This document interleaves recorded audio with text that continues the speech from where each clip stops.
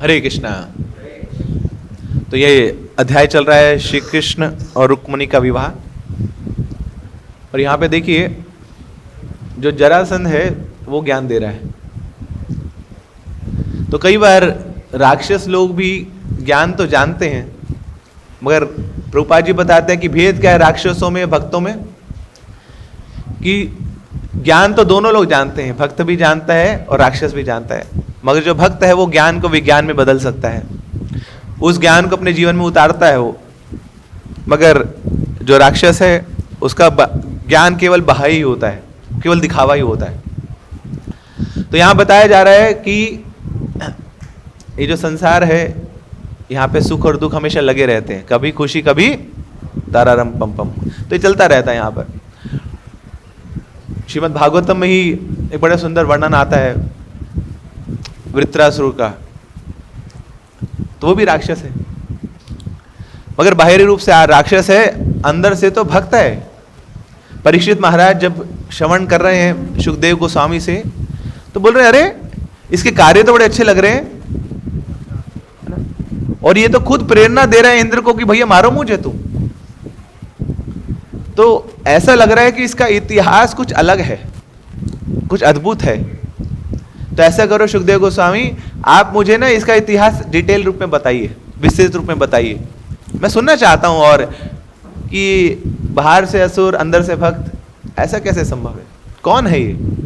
फिर जाके सुखदेव गोस्वामी अब उसके पूर्व जन्म की कथा बताते हैं वृत्रासुर की। कौन थे ये? राजा चित्रकेतु। अब ऐसा राजा कि इतना धन धान्य उसके पास, बहुत संपत्ति थी उसके पास, सब कुछ था, और तो और 1 करोड़ पत्नियां थी उसकी, सचमुच में करोड़पति था वो। अब आसान नहीं है संभालना, कलयुग में तो एक को संभालने में हालत खराब हो जाती है। अब 1 करोड़ पत्नियों का ब्रेकफास्ट, लंच, डिनर, उनकी साड़ियां, उनकी ज्वेलरी, सारा अरेंजमेंट करना है, सब कुछ था, मगर फिर भी उसके बाद जीवन में एक फिल इन द ब्लैंक था। लेकिन किंतु बट परंतु हम सबके जीवन में ऐसे बना रहता कि सब कुछ होने के बाद भी एक चीज खटकती रहती है बार बार। तो ऐसी चित्रकेतु महाराज के जीवन में भी एक चीज थी जो उनको परेशान कर रही थी। पत्नियां 1 करोड़ हैं, मगर उसके बावजूद पुत्र नहीं है, ये वंश कौन आगे बढ़ाएगा? तो बहुत चिंता में थे, बहुत शोक में थे। और जब कोई जीवात्मा दुखी होता है, कष्ट में होता है, तो भगवान भी दुखी हो जाते हैं, और उसके दुख को दूर करने के लिए कुछ ना कुछ वो तिकड़म अपनाते हैं भगवान। तो कुछ ना कुछ उस जीवात्मा के जीवन में भेज देते हैं, या तो ग्रंथ भेज देंगे, या कोई भक्त भेज देंगे, या कोई फेस्टिवल भेज देंगे, तो कुछ ना कुछ भगवान भेजते रहते हैं। तो ये जो हम देखते हैं ना, ये जो हमारी परंपरा है, इस्कॉन की परंपरा है, हर दिन एक उत्सव है इसमें। तो ये उत्सव भगवान ने ही प्लान किए हमारे जीवन में, ताकि हम उनके साथ कनेक्ट कर पाए किसी ना किसी माध्यम से। ये इनके ना प्रकार ना मनः कृष्ण निवेशया। तो भगवान बड़े उतावले हैं, गोलोक में बैठे तो हैं, मगर मन नहीं लगता उनका। बोले मेरे जो जीवात्मा है सब तो यहाँ कष्ट भोग रहे हैं भौतिक संसार में, उनके बिना मैं कैसे आनंद उठा सकता हूँ? तो इनको भी मुझे बुलाना है। तो कुछ ना कुछ बहाना बनाते रहते हैं। अब एक बहाना आने वाला है, कार्तिक का बहाना। बोले 1 महीना फेस्टिवल करते रहो, दिया दिखाओ, मुझे दिया दिखाओ, और दिया के साथ जिया भी दो ना। तो आपने दिया के साथ जिया दिया तो मैं भी क्या करूंगा, मैं भी जिया दूंगा अपना। आपने जिया दिया तो मैं भी जिया दूंगा, और जिया आपने दिया दिया तो मैं भी दिया दूंगा।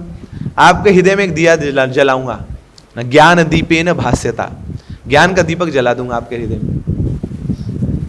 तो मौका देते भगवान, बहाना बनाते रहते, कुछ ना कुछ करके हम उनसे जुड़ जाए बस। तो यहां पर चित्रकेतु बहुत बहुत दुखी हैं। तो भगवान क्या करते हैं, ऋषि को भेजते हैं, अंगिरा ऋषि को उनके पास भेजते हैं। अब अंगिरा ऋषि आए उसको कुछ प्रवचन देने के लिए, मगर जैसे ही आए अंगिरा ऋषि आए और उनसे पूछते कि इतने दुखी क्यों हो, इतने मायूस क्यों हो, उससे पहले ही चित्रकेतु खुद से बोल देते हैं। बोले देखो मेरे जीवन में बहुत कष्ट है, बहुत दुखी हूं मैं। क्या कष्ट है? बोले पुत्र नहीं है। बोले अंगिरा ऋषि सोचा रहे इसको बंधनों से मुक्त कराने में आए हो, ये तो और बंधन में फंसना चाहता है, ये और अपना परिवार फैलाना चाहता है, तो कहां से मुक्त होगा। मगर सोचे कि अभी प्रचार का सही समय नहीं है, जब लोहा गर्म होना तभी प्रहार करना चाहिए उसके ऊपर, तो अभी समय सही नहीं है। ठीक है, अभी इसके इस दुख का निवारण करते हैं, तो लो जी फल ले लो। एक फल दिया, पत्नी को खिला देना, खीर दी, उस समय खीर दी, खीर खिला देना पत्नी को, तो पुत्र उत्पन्न हो जाएगा। अब पुत्र उत्पन्न हो गया एक पत्नी से, उसका नाम था हर्ष शोक। क्यों? क्योंकि हर्ष का भी कारण बनेगा और शोक का भी कारण बनेगा। हर्ष क्यों है? बोले इतने सालों बाद एक पत्नी से पुत्र उत्पन्न हुआ है, अब वंश आगे बढ़ेगा तो बड़े हर्षोल्लास का मौका है, तो बहुत खुश भी थे वो। मगर हुआ क्या कि बाकी जितनी रानियां थी अब वो उखड़ने लगी, उनका मन बड़ा दुखी होने लग गया। क्यों? क्योंकि अब राजा का मन उसी रानी के साथ लगता था जिससे पुत्र उत्पन्न हुआ है, उसी के साथ रहता था वो, अब वही अच्छी लगती थी उसको। तो बाकी बोले हम ताली बजाएंगे यहाँ पे बैठ के, है ना, हमें तो दूध की मक्खी की तरह निकाल दिया बाहर, ये क्या बात हुई। श्री श्री राधा राधिका रमन जी की, श्री कृष्ण बलराम की, जगन्नाथ बलदेव सुभद्रा महारानी की, श्रील प्रभुपाद की। बोले अब तो खत्म करना पड़ेगा ना, इस पुत्र को ही खत्म कर देंगे हम। तो जहर खिला के मार दिया उसको। तो वही पुत्र क्या बन गया? शोक का कारण बन गया, कि अभी इतनी मुश्किल से तो वो पुत्र आया था और अब एकदम से चला भी गया। अब जब इतने शोक में है चित्रकेतु महाराज, अब दोबारा से अंगिरा ऋषि वहां पे आते हैं। बोले अब अकेले नहीं जाता हूं, नारद मुनि को साथ लेके जाता हूं ना, एक से भले दो साधु आ गए। अब तो ऐसा प्रहार किया उसके ऊपर। बोले क्यों परेशान हो? बोले पुत्र चला गया। अच्छा पुत्र चला गया, कोई नहीं, हम जीवित कर देते हैं। तो पुत्र को जीवित कर दिया उन्होंने, उस हर्ष शोक को जीवित कर दिया। मगर वो जो पुत्र था वो भी कोई साधारण पुत्र नहीं था, अब वो ऋषि के बल से दोबारा जीवित हुआ है। तो उठते ही वो ज्ञान देने लग गया पिताजी को। बोले पापा आप रो क्यों रहे हैं? ये आंसू क्यों आ रहे हैं आपके चेहरे से, आपकी आंखों से? बोले बेटा तू चला गया था इसलिए आंसू आ रहे हैं। बोले मेरे जाने का आपको दुख हो रहा है? आप क्या सोचते हो कि आप मेरे पिताजी हो? आपको पता है कि पिछले 10 जन्मों में मैं आपका पिता रहा हूं? किस बात का आप ना इतना शोक कर रहे हो आप?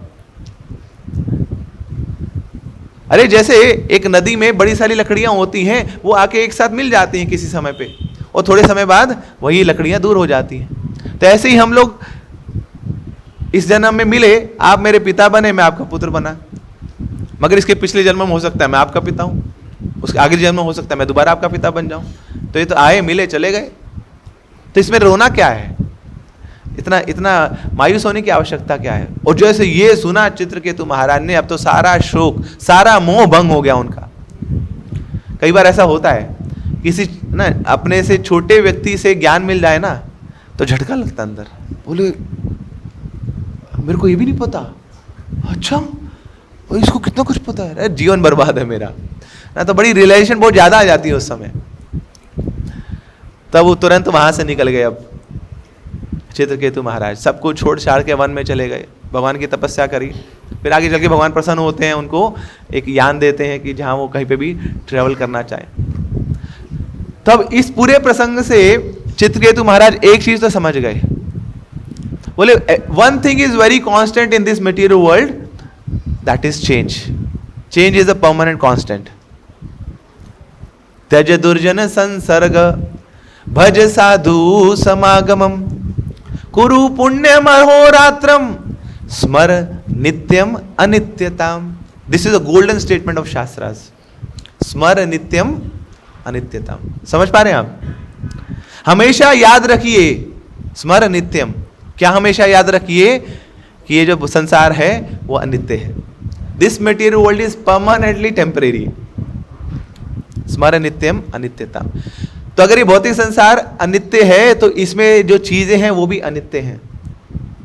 तो सुख आया है तो ज्यादा देर रुकने वाला नहीं है, चला जाएगा। दुख आया है ज्यादा देर टिकने वाला नहीं है, चला जाएगा।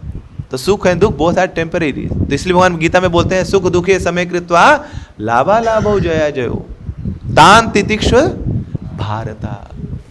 Tolerate it O Arjuna, you have to tolerate this misery as well as this happiness because both are temporary. इसलिए राधानाथ स्वामी महाराज एक बार बड़ा अच्छा बता रहे थे, एक एग्जांपल दे रहे थे कि आपका बर्थडे है और लोग आपको विश करते हैं happy birthday to you, happy birthday to you, तो मन में लड्डू फूटते हैं, रोजी रोजी हो जाता है, बोले वाह इतने सारे लोग आज मुझे विश कर रहे हैं, बड़ा अच्छा लग रहा है। ऊपर से बताते नहीं है मगर अंदर तो चहचहा रहा है मन ना, लोग जानते हैं मुझे, I am valuable to someone, I have contributed to someone, इसलिए तो विश कर रहे हैं ना मुझे। अब सोचिए वो व्यक्ति आपको दिन में 4 बार विश करे तो चौगुनी खुशी हो जाती है, बोले वाह, सुबह भी किया, दोपहर को भी किया, रात को किया, रात को सोते समय भी किया, बोले हैप्पी बर्थडे, वाह जी भूला नहीं मुझे। अब वही व्यक्ति कल दोबारा आए आपके पास और बोले हैप्पी बर्थडे टू यू, बोले बर्थडे तो कल था, आज को विश कर रहे हैं। अब फिर वही दोपहर में फिर आए, बोले हैप्पी बर्थडे टू यू, फिर रात को फिर आए, बोले हैप्पी बर्थडे टू यू। तो भैया दूर ही रहो इससे, ऊपर का भेजा खाली है इसका, बार बार विश कर रहा है यार।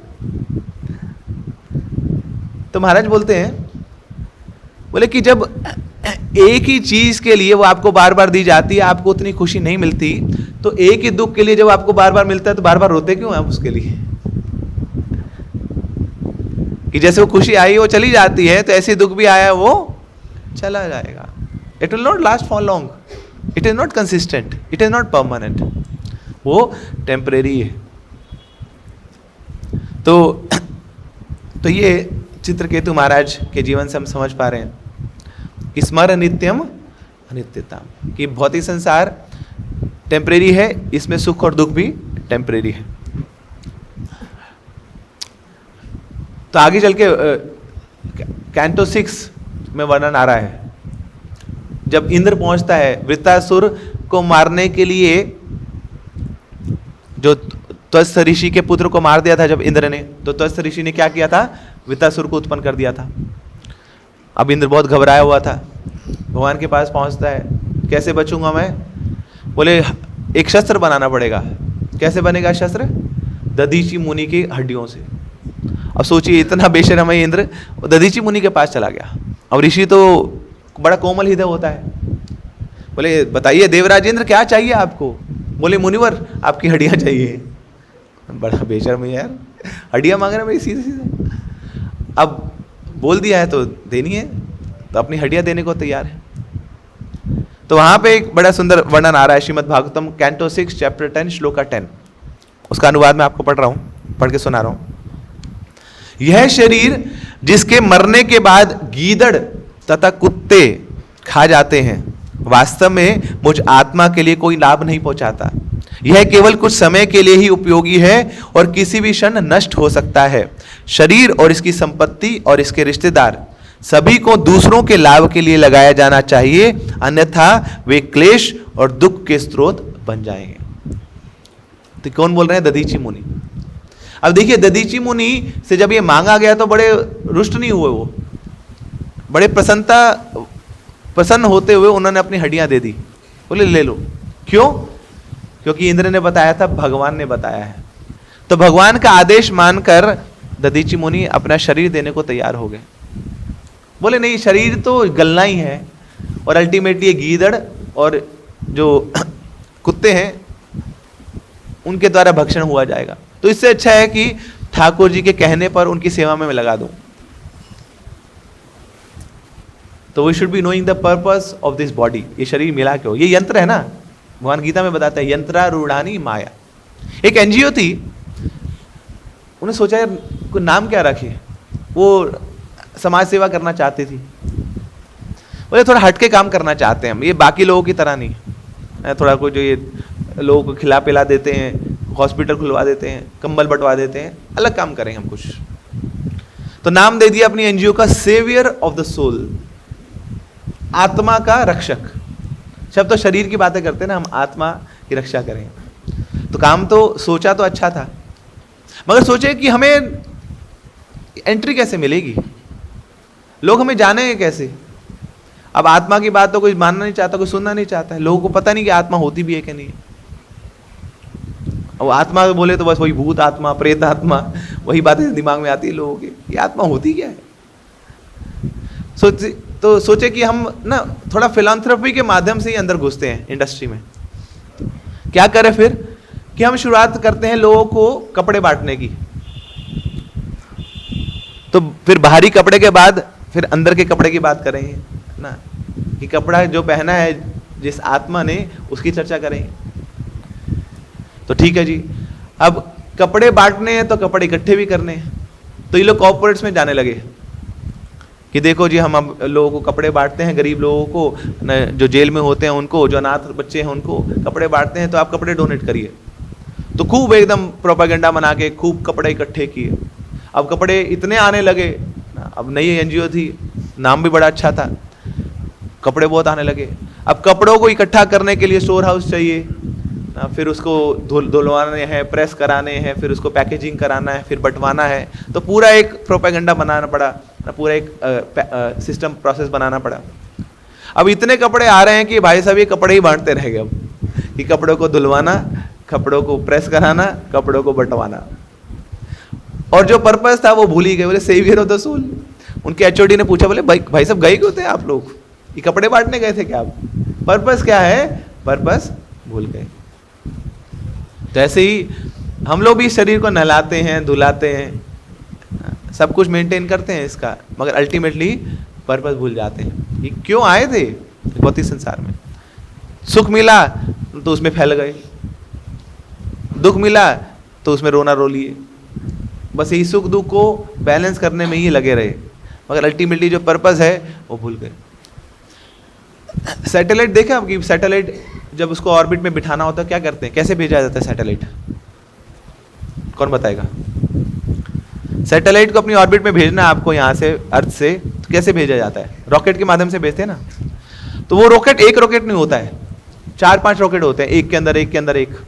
तो जो पहला रॉकेट उड़ा, आग लगती है उसमें, उड़ा, एस्केप वेलोसिटी से उड़ा, फिर जब उसमें आग बुझ जाती है तो दूसरा रॉकेट की आग चालू हो जाती है, अब वो प्रोपेल करता है उसको, फिर तीसरा रॉकेट, फिर चौथा रॉकेट।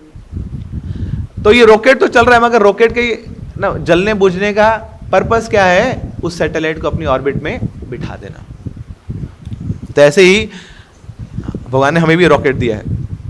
ये जो मनुष्य योनि का रॉकेट है, ये बाकी और किसी के योनि में नहीं है, बाकी सब योनियां भोग योनि है, केवल यही योनि कर्म योनि है। तो this is a very high velocity rocket. तो ये सीधा भगवान के धाम तक भी ले जा सकता है, ये रॉकेट हमें नरक में भी ले जा सकता है। मगर इसका पर्पस अगर हम सिर्फ यही जानते रहे कि शरीर को खिलाना है, पिलाना है, वही जो पशु करते हैं, हार निद्रा भय मैथुन, तो फिर बेड़ा गर्क हो जाएगा। अल्टीमेटली शरीर मिला है ना इस आत्मा को उसको ऑर्बिट पे बिठाने को, back home, back to God, भगवान के धाम ले जाने को। तो इसलिए ये मिला है। तब मगर अल्टीमेटली पूरा जीवन निकल जाता है बस ये शरीर को ही मेंटेन करने को, शरीर में जो सुख दुख आ रहे हैं उसको बैलेंस करने को, उसमें कुछ एडजस्टमेंट करने को। एक डिवोटी थे, वो शेयर कर रहे थे, एक कंपनी में वो काम किया करते थे, यूएस में क्लाइंट था उनका। तो उस क्लाइंट की एक उस जो क्लाइंट था उनका, उसमें हेड थी वहाँ पे उनकी, तो ऑनलाइन मीटिंग्स हुआ करती थी उसके साथ। और जब ऑनलाइन उसको देखते थे तो बड़ी यंग दिखती थी वो, तो इनको बड़ा एकदम वंडरस सा लगता था कि अरे इतनी कम उम्र में इतनी ऊंची कैसे पहुंच गई, करोड़पति थी वो। तो एक बार वो जो उसकी क्लाइंट हेड वो यहाँ पे इंडिया आई, तो सोचे कि मैं उसको रिसीव करने जाता हूँ। वहाँ जाके देखे तो एयरपोर्ट पे इंतजार करते रहे, फ्लाइट उतर गई, लैंड हो गई, ये इंतजार करते रहे, हाथ में वो तख्ता लिए हुए, वो लेडी दिखी नहीं उनको। उसको फ़ोन करते हैं, बोले मैं आधा घंटा हो गया मुझे आए हुए, आप लोग कहाँ पे हो? बोले मैं तो दिख ही जा रहा था, आप दिखे नहीं। तो फिर उस जाके वो अपना हुलिया हुलिया बताते हैं, तब जाके मिलते हैं वो, तो देखते थे वो 75 साल की लेडी है। बोले मैं तो आपको जानता, लगता था कि आप तो मतलब 25-30 साल की होंगी, ये इतने जवान कैसे दिखते हैं आप? तो चेहरा वही था, वहां पे फेस लिफ्ट कराया हुआ था ना, वो बॉडी वही थी 75 साल की, एकदम चेहरा खिंचा खिंचा, बिल्कुल एकदम चिकना चेहरा, और शरीर बिल्कुल वो 75 साल का। तो बॉडी के लिए तो कितना कुछ करते हैं लोग, तो घबरा गए वो, बोले कि ऐसा भी होता है क्या? अब सोचिए, मतलब लोगों का इंटरेस्ट देखिएगा, कभी कोई दो लोग आपस में बात करो ना, बोले नया तरीका आया है ना, कैसे ये कम उम्र का दिखना है ना, बोले अच्छा अच्छा, क्या क्या क्या बोला आपने, थोड़ा बताना, हमें भी इंटरेस्ट जाग जाता है उसी समय। सबसे ज्यादा क्रीम्स कौन सी बिकती हैं ना, एंटी एजिंग जो होती है ना, एंटी रिंकल, वो क्रीम मार्केट में आती धमाकेदार, उसकी सेल होती है। जितने फिल्म स्टार्स है ना, वो आपने देखा होगा वो फ्रेंच कट रखते हैं, पता क्यों? क्योंकि चेहरा जब सबसे पहले लटकता है ना, वो यहां से लटकता है, तो यहां छुपा दो पहले फ्रेंच कट रख के, वहां पे पता नहीं लगेगा कि बूढ़े हुए क्या। तो इतना अरेंजमेंट है किसके लिए? केवल शरीर को ढकने के लिए, मगर पर्पस वो भूल गए कि क्यों ये शरीर मिला है, क्या करना है इसमें। अब देखिए उल्टी तरफ क्या है स्पिरिचुअल वर्ल्ड में। अब देखिए स्पिरिचुअल वर्ल्ड में भी लोग बूढ़े होते हैं। श्रील प्रभुपाद कितने साल के थे जब अमेरिका गए थे? अब 70 साल का व्यक्ति जवान है, बूढ़ा है? तो उम्र तो बढ़ती जा रही है, मगर वो बूढ़े नहीं हुआ अभी तक। प्रभुपाद जी की कोई भी पिक्चर अब देखिए ना, यूज करते हैं हम लोग पोस्टर्स में, बैनर्स में, प्रमोशंस में। कौन सी पिक्चर यूज करते हैं? जब वो 20 साल के थे, 25 साल के थे, 30 साल के थे, या दीक्षा ले रहे थे, कौन सी पिक्चर यूज करते हैं? फुली ओल्ड ना, 75 साल की ना, वो वाली पिक्चर हम यूज करते हैं। मगर उसके बावजूद प्रभुपाद जी का जो चेहरा है ना, ऐसा खिला खिला लगता है। क्यों? क्योंकि भक्तों ना के शरीर से ओज निकलता है, तेज निकलता है। अब कोई भक्त है ना एकदम पूरा क्लीन शेव है, वो चला जाए ना किसी पार्टी में, बिल्कुल वो साइनोजोर बन जाता है, और सारे कैमरा वाले उसी को देखने लग जाते हैं। बोले अब लोग महंगे महंगे कपड़े पहन के आए वहाँ पे, बोले हम तो फेल हो गए जी, पैसा बर्बाद हो गया हमारा, मार्केट तो सब इसने छीन ली, ये हरे कृष्ण वाले आए। क्यों? अलग ही ऑरा है उसका, अलग ही तेज निकल रहा है उसका, तो पूरी मार्केट खराब कर देते हैं। हरे कृष्ण वाले जहाँ भी जाते हैं ना, सब उन्हीं को देखने लग जाते हैं। अलग ही एक चकाचौंध हो जाती है वहाँ पे, अलग ही करिश्मा आता है। क्यों? क्योंकि हृदय में भगवान बैठे हैं। वो भगवान जो सारे सूर्यों को प्रकाश देते हैं, सारे चंद्रमा को प्रकाश देते हैं, वो भगवान हृदय में बैठे हैं। क्यों? क्योंकि अब उस भक्त के हृदय में गुण अर्जित हो चुके हैं। यस्यास्ति भक्तिर् भगवती अकिंचना सर्वै गुणे तत्र समासुते सुरा। सुरा मतलब देवता। देवताओं में जितने गुण होते हैं वो सारे गुण हरि के भक्तों में आ जाते हैं। तब उसमें गुण आ चुके हैं, उसमें पवित्रता आ चुकी है, तो हर व्यक्ति उसको निहारना चाहता है, हर व्यक्ति उसको देखना चाहता है। एक व्यक्ति था, वो एक गुरुजी के पास जाता है, बोलते गुरुजी आप मुझे दीक्षा दे दो, है ना। अब था तो बहुत धनवान व्यक्ति, अब गुरु भी स्वीकार करना चाहता है। अब गुरुजी ने देख लिया इसके अंदर ना बड़ा अहंकार है। गुरुजी बोलते अरे आप ना ऐसे व्यक्ति को ढूंढ के लाओ जो बिल्कुल गया गुजरा हो, ऐसे को ढूंढ लाओ तो मैं दीक्षा दे दूंगा। तो बाहर निकलता है, बोले क्या काम दे दिया गुरुजी ने, अब कहाँ से लाऊं और ढूंढ के लाऊं। तो रिक्शा पे बैठता है, भरी गर्मी है उस समय, खूब पसीना बह रहा है उस रिक्शा वाले का, खूब प्रयास कर रहा है, बहुत परिश्रम कर रहा है। तो पौना घंटा उस रिक्शा पे बैठा हो, जब रिक्शा से उतरा, अब रिक्शा वाले को पैसा देना चाहता है और मन में मन सोच रहा है, बोले इस रिक्शा वाले को वापस ले जाता हूँ गुरुजी के पास। यही है ना सबसे गया गुजरा, इतना निर्धन है, इतना बेचारा पीड़ित है, कितना कष्ट है इसको, हड्डियाँ निकली हुई हैं इसकी, इतना पसीना बहा रहा है वो। तो उस रिक्शा वाले को पैसा देता है, बोले लो डबल पैसा लो, वापस चलो। अब ये जो व्यक्ति था इसने धोती कुर्ता पहना हुआ था, तो रिक्शा वाला बोलता है अरे नहीं नहीं नहीं नहीं, आपसे पैसा नहीं लेंगे। बोले क्यों पैसा नहीं लोगे? बोले आप साधु हैं, साधु से कोई पैसा लेता है क्या? साधु की सेवा मिली मुझे तो यही मेरा सौभाग्य है। ओ भाई साहब सोचता है, सिर पे हाथ रख लिया उसने, अरे ये साधारण आदमी नहीं है ना, इसको तो बहुत ज्ञान है ना, ये गया गुजरा नहीं है, ये बहुत ऊंचा आदमी है। फिर इधर उधर देखता, कुछ उसको मिला नहीं। तो इसी समय वहां पास में एक नाली बह रही है, तो नाली से कीड़ा निकलता है। तो और कोई तो मुझे समझ नहीं आ रहा है, ये जो कीड़ा है ना ये सबसे निकृष्ट है, सबसे गया गुजरा है। कीड़े को बोलता है चल, गुरुजी ने बुलाया है, सबसे गया गुजरा है तू, चल तू मेरे साथ चल, गुरुजी के पास चलना है। कीड़ा बोलता है हाथ मत लगाइयो ना, तुम जो काजू किशमिश खाते हो ना, मैं ही पचाता हूँ उसको, और पचाने के बाद वो सब खाद बना देता हूँ मैं, वही खाद का उपयोग करके तुम फिर दोबारा से खाना खाते हो। तो हम नहीं होंगे तो तुम्हारा अस्तित्व नहीं है, तुम्हें व्यंजन नहीं मिलेंगे खान पान के। तो सोचता है यार ये कीड़ा भी मेरे से ऊंचा है, ये कुछ देता है तब जाके हमारा काम बनता है, ये भी साधारण नहीं है। तब गुरुजी के पास वापस आता है। गुरुजी बोले मिला कोई ना गया गुजरा आदमी? बोले हाँ गुरुजी मिला। बोले कहाँ है? बोले आपके सामने खड़ा है ना, मेरे से गया गुजरा कोई है नहीं, बहुत प्रयास कर लिया मगर मुझे कुछ मिला नहीं। गुरुजी बोले हाँ अब तुम तैयार हो दीक्षा लेने के लिए, लो पकड़ो। उसको माला देते। क्यों? क्योंकि अब तुम्हारा हृदय पवित्र हो गया है, अब तुम्हारे अंदर एक शिष्य के गुण अर्जित हो चुके हैं, अब तुम योग्य बन चुके हो। Now you are a perfect candidate to become a disciple. तो ये भक्तों के गुण आ जाते हैं ना, ये देवताओं के गुण आ जाते हैं भक्तों में जब वो हरि का भजन करने लग जाते हैं। तो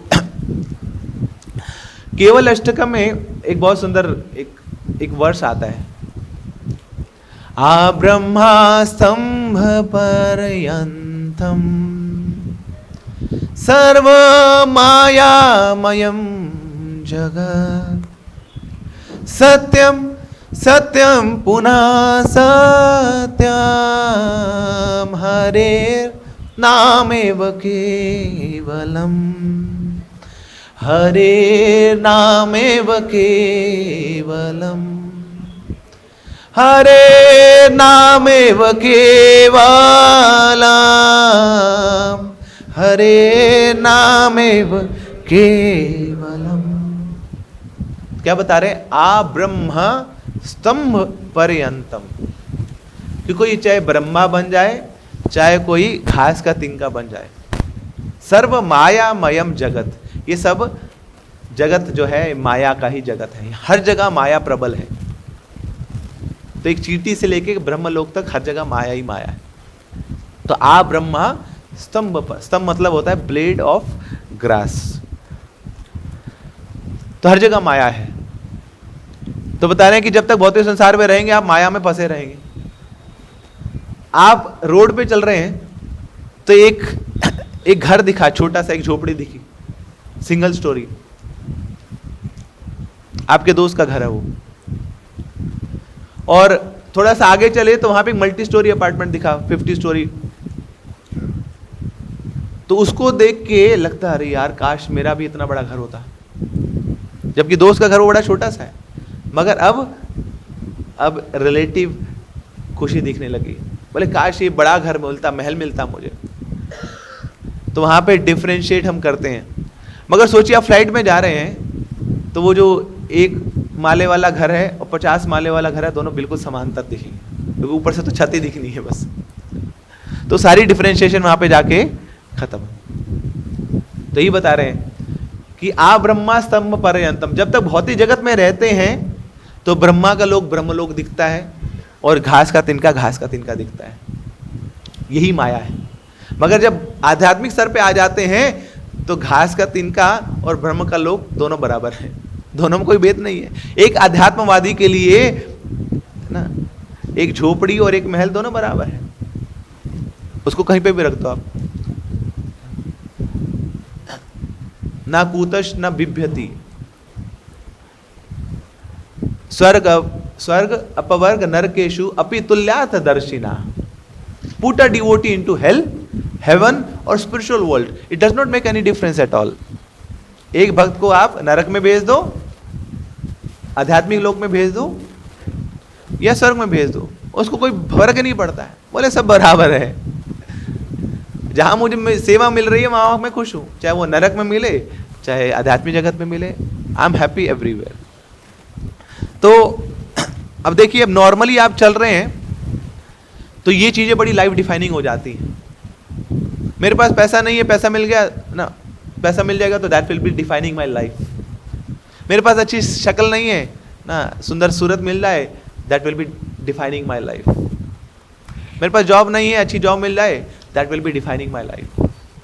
अरे हम जहाँ पे हम रहते हो झोपड़पट्टी है ना, थोड़ी अच्छी सोसाइटी में घर मिल जाए, that will be defining my life. तो ये संसार की डुअलिटीज है। तो क्या करती हैं ये जो डुअलिटीज है, सुख और दुख की, लाभ और हानि की, यश और अपयश की, हमारी चेतना का अपहरण कर लेती हैं। अपहृत चेतसाम माया अपहृत ज्ञाना, भगवान बोलते ना कि जिसका ज्ञान माया द्वारा अपहरण कर लिया जाता है, मुझे कभी जान नहीं सकता। तो ये जो डुअलिटीज हैं सुख और दुख की, भयम द्वितीय अभिनिवेशिता स्यात्, भागवत बोलती है। ये जो द्वितीय है ना, दो सुख और दुख, इससे डर लगता है। सुख मिलता है तो डर लगता है चला ना जाए, दुख मिलता है तो डर लगता है कभी जाएगा कि नहीं। तो ये हमेशा डर में रहते हैं हम लोग। तो इस प्रकार माया हमें हमेशा अपने चंगुल में फंसा के रखती है। मगर हम डिस्टिंक्टिव बनना चाहते हैं, हम कुछ अलग करना चाहते हैं। देखिए, सब लोग डेमोक्रेसी चाहते हैं ना, ऑटोक्रेसी किसी को अच्छी नहीं लगती ना, सब डेमोक्रेसी चाहते हैं, बोले सब जगह समानांतर हो।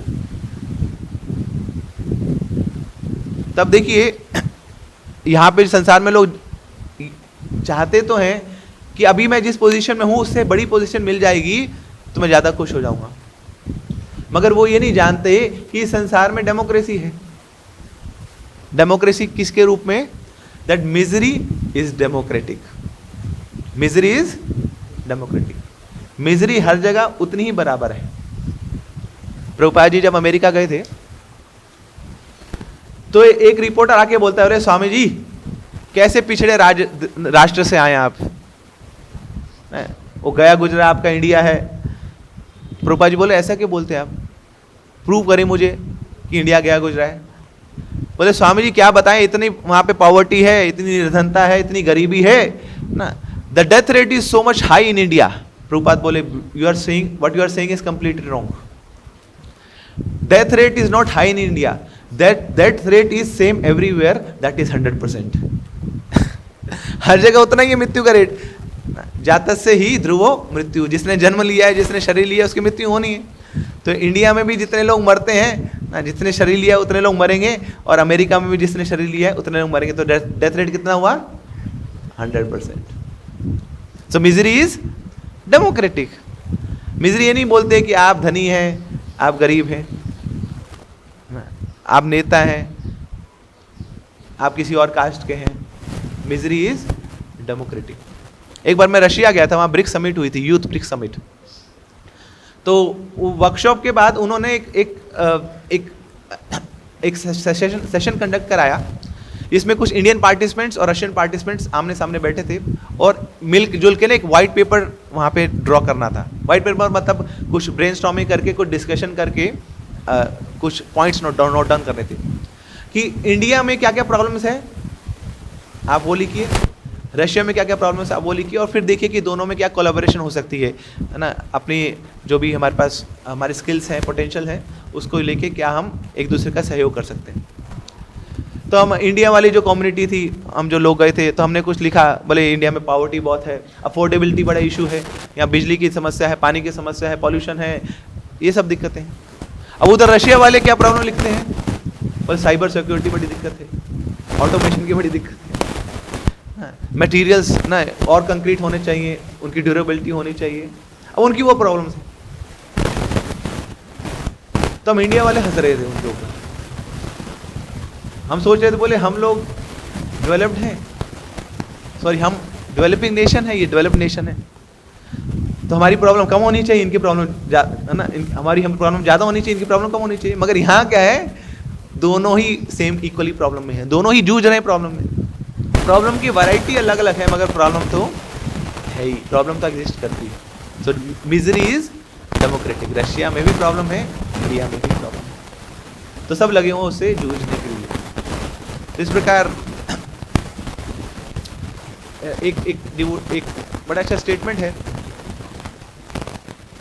Head that does not has a crown, that head feels deprived,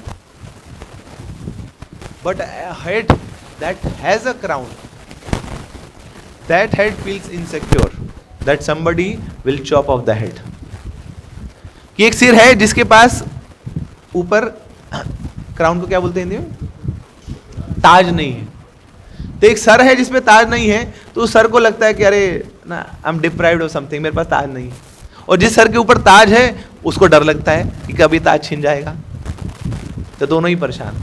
that is the duality of life, कि आपके पास कुछ नहीं है तब भी आप परेशान है, और कुछ है तब भी आप परेशान है। तो इस प्रकार माया जकड़ के रखती है हमें। तो मिजरी इज यूनिवर्सल, यही भगवान गीता में बताते हैं ना, माम उपेत्य पुनर्जन्म दुखालयम अशाश्वतम। ये दुखों का आलय है। खुद तो ये संसार टेम्परेरी है, मगर दुख यहां पे परमानेंट है, दुख आलय। तो इसका क्या मतलब है कि हम अपनी मटेरियल एडवांसमेंट छोड़ दें क्या? हम जॉब करना छोड़ दें, हम दिमाग लगाना छोड़ दें, हम साइंस करना छोड़ दें? नहीं, ऐसा नहीं है। So we need to have material advancement, at the same time हम ये ना भूल जाए, we should not become obsessed for material enjoyment, कि पागल ना हो जाए बस कि भैया अगर ये चीज नहीं है मेरे जीवन में तो मेरा जीवन बर्बाद है। जब हम ऐसे ऑब्सेस हो जाते हैं तो वो माया है। तो यहां जैसे बताया आ ब्रह्मा स्तंभ पर्यंतम, कि ये नहीं बताया कि ब्रह्मा माया है। ब्रह्मा कौन है? ब्रह्मा तो हमारे संप्रदाय के आचार्य हैं। कौन सा संप्रदाय हमारा? ब्रह्म गौड़ीय मध्वा संप्रदाय। तो क्या आपके जो संप्रदाय के गुरुजी हो वो माया है? नहीं, ब्रह्मा माया नहीं है। मगर ये सोचना कि अगर मैं ब्रह्मा बन जाऊंगा मैं खुश हो जाऊंगा, ये माया है। तो चीजें माया नहीं है, मगर ये सोचना कि इन्हीं चीजों के साथ ही मैं खुश रह पाऊंगा, ये माया है। पैसा माया नहीं है। क्यों बोलते हैं? बोले पैसा माया है, लक्ष्मी माया है। लक्ष्मी माया नहीं है, मगर ये सोचना कि अगर मेरे पास उतनी लक्ष्मी नहीं है जितनी मैं चाहता हूं, मेरा जीवन बर्बाद है, तो ये माया है। तो ये यहां बता रहे हैं आ ब्रह्मा स्तंभ पर्यंतम। तो success in material life, yes please have it ना, उसके लिए प्रयास कीजिए आप। But success in material life cannot compensate for the failure in spiritual life. Success in material life cannot compensate for the failure in spiritual life.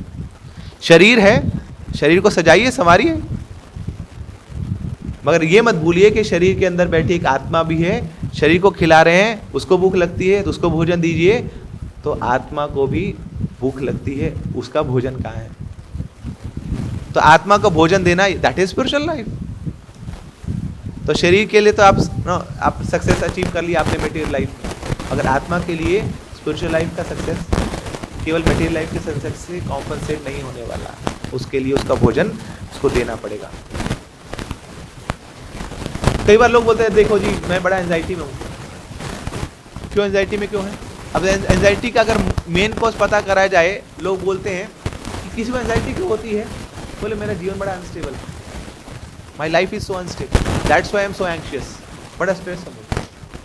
नहीं, तो अब देखिए जो डेवलपिंग कंट्रीज है, इंस्टेबिलिटी कहाँ ज़्यादा होनी चाहिए? डेवलप्ड नेशंस में, डेवलपिंग नेशंस में। तो जो अभी डेवलप कर रहे हैं वहां पे एंजाइटी ज़्यादा है, वहां पे, क्योंकि इंस्टेबिलिटी ज़्यादा है। आप सुबह उठे तो कोई गारंटी नहीं है कि आपने नल खोला तो पानी आएगा कि नहीं, इट इज हाईली अनस्टेबल। आप यहां से चले तो गारंटी नहीं है कि आप अपने डेस्टिनेशन पहुंच जाएंगे। रास्ते में कितना जाम लगाओ, 2 घंटा 3 घंटा। अभी दिवाली का सीजन शुरू हो गया तो लोग घरों से अब निकलते नहीं बाहर, बोले पता है पहुंच तो पाएंगे नहीं हम ना, तो घर में रहो आप। तो our condition is highly unstable. मगर स्टैटिस्टिक्स बोलती है कि एंजाइटी कहाँ पे ज़्यादा है? इंडिया में ज़्यादा है, अमेरिका में ज़्यादा है। अमेरिका में कोई इंस्टेबिलिटी नहीं है, जहाँ बटन दबाओ वैसा काम हो जाता है वहाँ पे। सड़कें बहुत खुली खुली हैं, कोई ट्रैफिक जैम्स नहीं है ना, कोई वहाँ पे पॉपुलेशन डेंसिटी इतनी ज़्यादा नहीं है, कोई किसी रिसोर्स की स्कैर्सिटी नहीं है, सब भरपूर मात्रा में है। इंडिया में तो मारा मारी है हर चीज़ की। मगर उसके बावजूद हम लोगों में कंपैरेटिवली वहां से एंजाइटी बहुत कम है। तो इसलिए एंजाइटी या instability, anxiety does not depend upon external instability, it also depends upon internal stability. कि जितने ज़्यादा हम इंटरनली स्टेबल है ना, उतनी ज़्यादा एंजाइटी हमारी उतनी एक्सटर्नली कम होगी। तो जब तक हमारी सेल्फ आइडेंटिटी ना, जब तक हमारी सेल्फ सिक्योरिटी भौतिक चीज़ों पे निर्भर रहेगी, बाह्य चीज़ों पे निर्भर रहेगी, उतने ज़्यादा हम इंटरनली अनस्टेबल रहेंगे, उतने ज़्यादा हम एंग्शियस रहेंगे। मगर स्पिरिचुअल लाइफ में सबसे पहले आते ही हमें बताया जाता है, बोले कि आप शरीर नहीं, हम आत्मा है। आत्मा के स्तर पे आ गए तो अब आत्मा कोई शरीर से या शरीर के संबंधित चीज़ों से बहुत ज़्यादा कुछ लेना देना है नहीं। तो हर स्थिति में वो आत्मा खुश रह पाती है। बोले सुनामी आया, आगे चला गया, कुछ चीज़ें उड़ा के लेके चला गया, मगर मेरा कुछ बिगाड़ नहीं पड़ा है ना, क्योंकि मैं आत्मा हूँ। ना जायते म्रियते वा कदाचिन, आत्मा कभी मरती नहीं है। तो ये जो चीज़ें हैं टेम्परेरी सुख तो दे सकती हैं हमें, मगर परमानेंट हैप्पीनेस वो हमें नहीं दे पाएंगी। तो ये है आ ब्रह्मा स्तंभ पर्यंतम। बताया जा रहा है कि बेशक ब्रह्मलोक तक आप चले जाओ, उसके बाद भी दुख क्या है, परमानेंट है। और हम लोग तो खुशी चाहते हैं, और कैसी खुशी, विच इज परमानेंट, जो हमेशा रहने वाली है। तो चीजें खुशी देती हैं, थोड़े समय के लिए देती हैं, उसके बाद उतना ही दुख देके चली जाती हैं। लोग थोड़ी खुशी देते हैं, उसके बाद उतना ही दुख देके चले जाते हैं। एक बड़ी गोल्डन स्टेटमेंट है, if you love a person who does not deserve love, if you love a person more than what he or she deserves, then the same person will hurt you more than what you deserve. किसी व्यक्ति को आप इतना प्रेम कर दे, इतना प्यार दे दे कि वो डिजर्व नहीं करता है, वही व्यक्ति आपको इतना दुख दे के चलेगा जितना आप डिजर्व नहीं करते।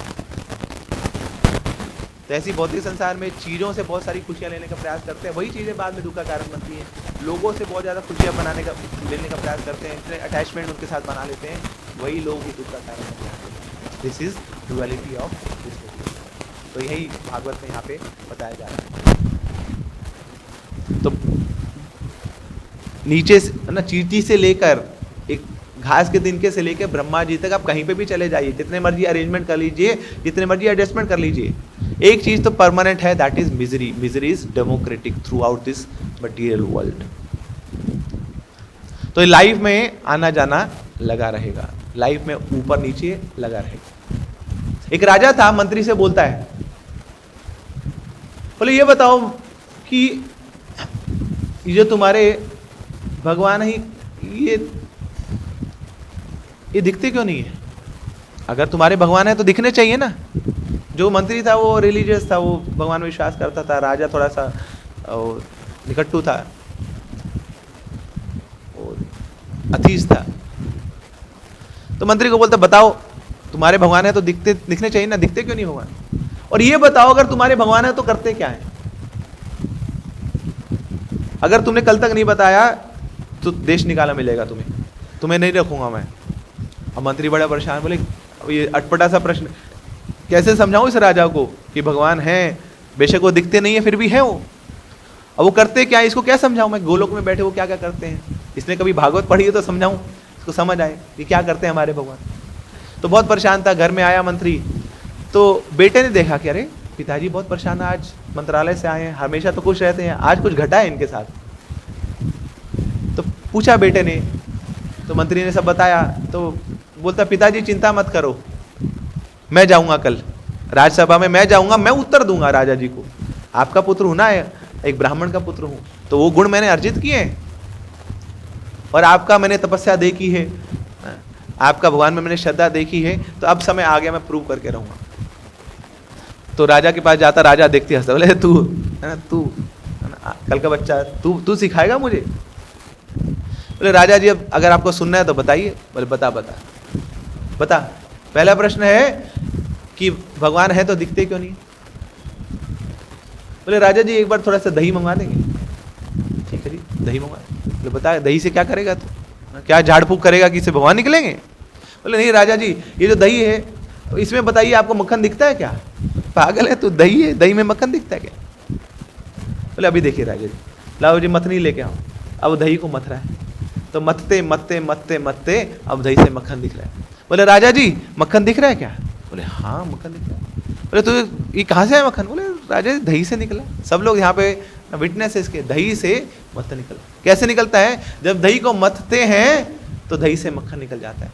ऐसे ही राजा जी भगवान तो हैं, मगर हमारी आंखों से वो दिखते नहीं है। जब हृदय को भगवान के भजन से मथा जाता है तो वहां पे भगवान दिखने लग जाते हैं। तो जब हरि का नाम ले लेके इतना इसको मथेंगे हृदय को, तो भगवान तो ही परमात्मा रूप में विराजमान है, वो भगवान आंखों से दिखने भी लग जाएंगे। तो इतना ही भेद है। अब थोड़ा सा शर्मिंदा तो हुआ राजा। बोले अच्छा ये बताओ, ये तो ठीक है, ये तुम्हारे भगवान करते क्या, ये बताओ। बोले राजा जी उसके लिए ना मुझे एक काम करना पड़ेगा, मुझे भी और आपको भी। बोले बताओ क्या करना है? बोले राजा जी उसके लिए आपको मेरी सीट पे आना पड़ेगा और मुझे आपके सिंहासन में बैठना पड़ेगा, तभी मैं बता पाऊंगा। तो मन तो नहीं था उस राजा का, फिर भी आके नीचे बैठ जाता है। और वो जो बालक है वो ऊपर बैठा है सिंहासन पे। और राजा बोलता है अरे बता क्या करते हैं तेरे भगवान?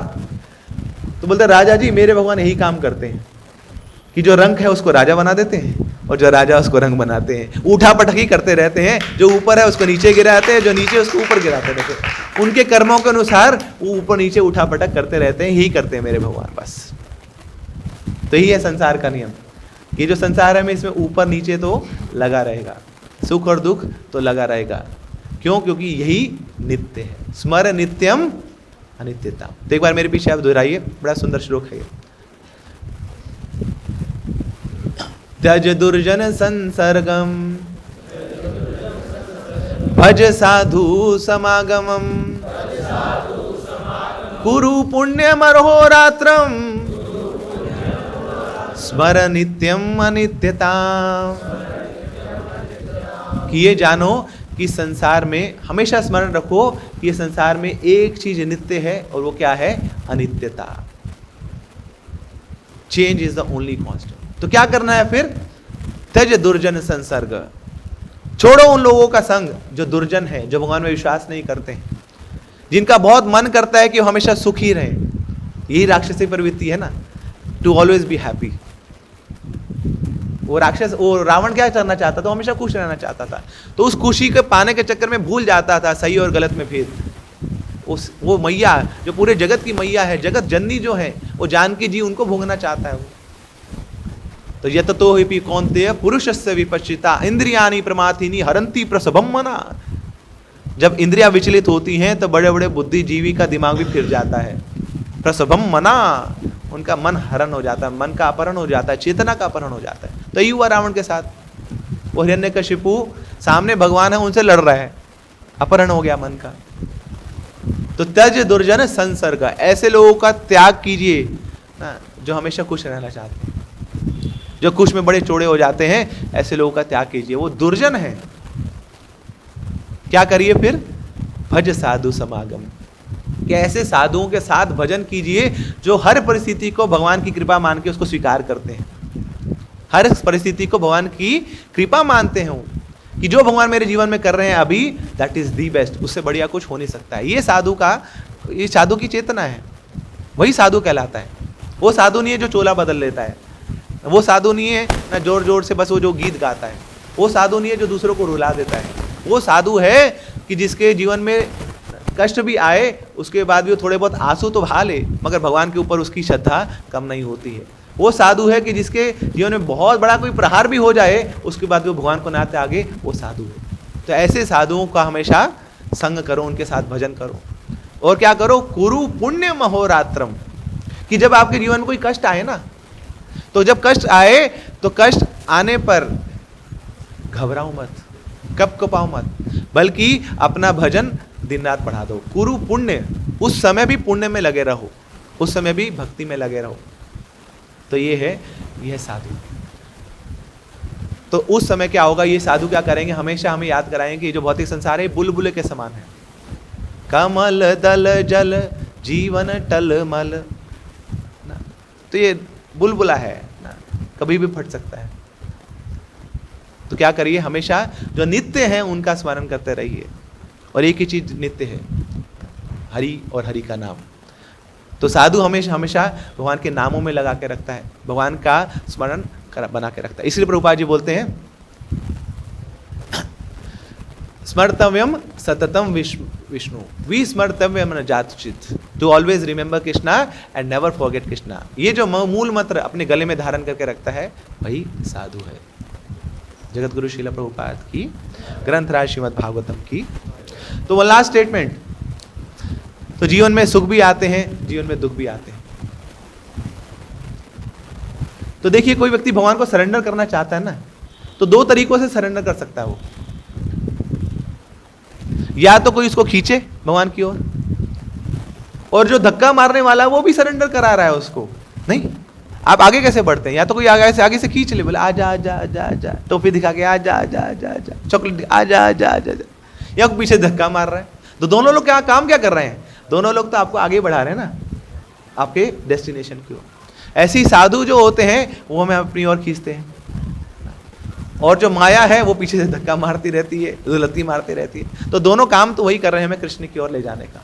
तो ऐसे ही जीवन में अगर सुख आए है ना तो भगवान की ओर जा रहे हैं, दुख आए वो भी हमें भगवान की ओर ही ले जा रहा है। तो हमें अगर हमारी चेतना ऊंची चेतना है, सतोवृत्ते हैं हम, तो दोनों परिस्थितियों में हम भगवान की ओर ही आगे बढ़ेंगे। इसलिए कुंती महारानी बोलती हैं विपदा संतु तासत तत्र तत्र जगत गुरु भवतो दर्शनम यस्यात् न पुनर्भव दर्शनम, कि ओ भगवान आप मुझे दुख दो।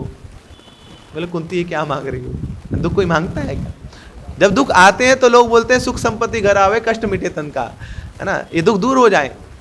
मगर तुम कुंती तुम तो दुख ही दुख मांग रही हो, ऐसा क्यों? कुंती महारानी बोलती प्रभु क्योंकि जब दुख आते हैं जीवन में तो आपकी याद आती है, आपकी याद आती है तो आपका ये सुंदर चेहरा आंखों के सामने आ जाता है, और जिसने आपके चेहरे का दर्शन कर लिया उसको माया का दर्शन नहीं करना पड़ता है, माया का रूप रंग नहीं देखना पड़ता है।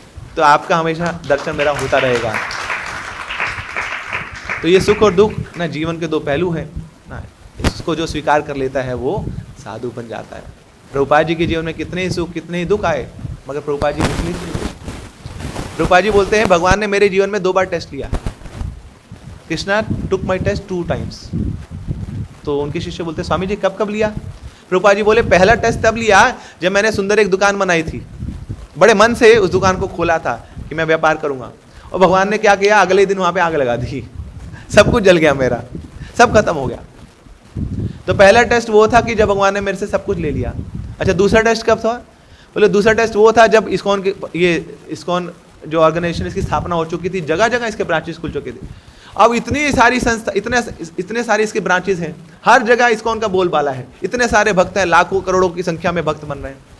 तो अब भगवान ने भरपूर मात्रा में मुझे सब कुछ दे दिया वापस। तो ये मेरा दूसरा टेस्ट था। अब इतना सब कुछ है, कहीं मैं आसक्त तो ना हो जाऊं उनसे। ये तो अपना उसको क्रेडिट तो नहीं मैं ले रहा हूं उसमें, अपना कंट्रोल तो नहीं जमा रहा हूं उसमें। तो ये दूसरा टेस्ट था। तो पहला टेस्ट कब? जब भगवान ने सब कुछ ले लिया, और दूसरा टेस्ट कब? जब भगवान ने सब कुछ दे दिया। मगर प्रभुपाद जी दोनों स्थितियों में क्या रहे? ब्रह्मभूत प्रसन्नात्मा न शोचती न कांक्षती, ना दोनों स्थितियों में वो समानांतर रहे, समोहम सर्वभूतेषु सम रहे। तो यही पंडिता है, पंडिता समदर्शी। तो तान तितिक्षुष भारता, ये भगवान हमसे चाहते हैं कि इन सुख और दुख की परिस्थितियों में हम उस समय भी लगे रहें। किस में लगे रहें? हरि की भक्ति में। थोड़ा बहुत एडजस्टमेंट इज ओके, मगर उस एडजस्टमेंट में कहीं हमारी भक्ति तो खराब नहीं हो रही, भक्ति तो नष्ट नहीं हो रही, भक्ति की प्रायोरिटी तो हम नीचे नहीं कर रहे हैं अपने सुख और दुख की एडजस्टमेंट करने में। ये ब्रह्मा जी ही बोलते हैं तत्ते अनुकंपाम सुसमीक्षमानो भुंजानेवात्मा कृतम विपाकम विधवाग्वपुर्भि विदधन नमस्ते जीवेत यो मुक्ति पदे सदा हे भाग। A devotee who remains constant in devotion despite all odds in his or her life, that devotee is a candidate of liberation even in this material world.